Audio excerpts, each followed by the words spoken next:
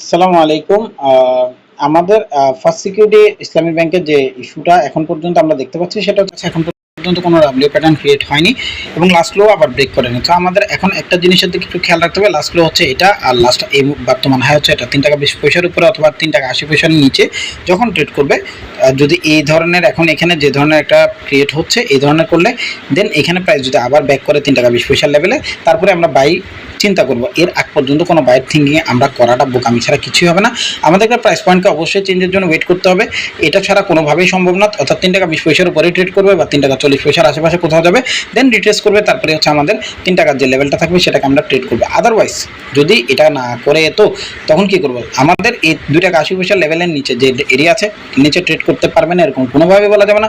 2 টাকা 50 পয়সার লেভেল খুবই ভালো একটা লেভেল, 2 টাকা একটা ভালো লেভেল, এগুলো হচ্ছে তাদের সাথে আমরা যখন অ্যাডজাস্টমেন্ট আসবে তখন। এখন পর্যন্ত প্রাইস পয়েন্টে কোনো রকমের এইটা চেঞ্জ করে নেই যে বাই হবে। সো বাই হওয়ার জন্য যে ব্যাপারটা সেটা হচ্ছে 3 টাকা 20 পয়সার উপরে তাকে ট্রেড করতে হবে 3 টাকা 40 পয়সার আশেপাশে কোথাও, দেন সে রিট্রেসমেন্টের জন্য আসবে 3 টাকা 20 পয়সা, 3 টাকা 2 টাকা 80 পয়সা, সরি 2 টাকা 80 পয়সার লেভেলে আসবে। তারপরে হচ্ছে আমরা বাই জন্য থিঙ্ক করবো। এর আগ পর্যন্ত কোনো বাই থিঙ্কিং কেউ করেন না, তাহলে ধরা খেয়ে যাবেন। ধরা খান পরে আমরা কিছু বলতে পারবেন না, আগেই বলে দিচ্ছি। ধন্যবাদ, ভালো থাকেন।